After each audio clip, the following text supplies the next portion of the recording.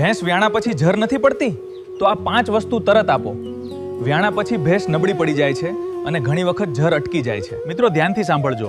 સૌપ્રથમ ગોળ અને અજમાવાળું નવસેકું ગરમ પાણી પાવાથી ભેંસને બહુ જ એનર્જી મળે છે અને ઝર બહાર લાવવામાં મદદરૂપ થાય છે. પછી મૈથી અને ગોળના લાડવા બનાવીને પણ આપી શકાય, કારણ કે પશુનું શરીર ગરમ રાખે છે અને રિકવરી ઝડપથી કરે છે.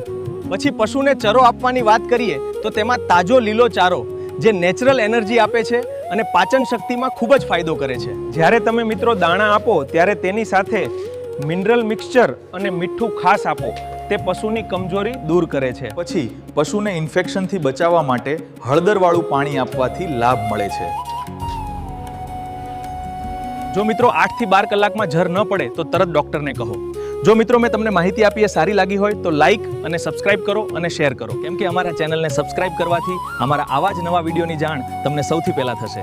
ત્યાં સુધી રામ રામ અને જય દ્વારકાધીશ.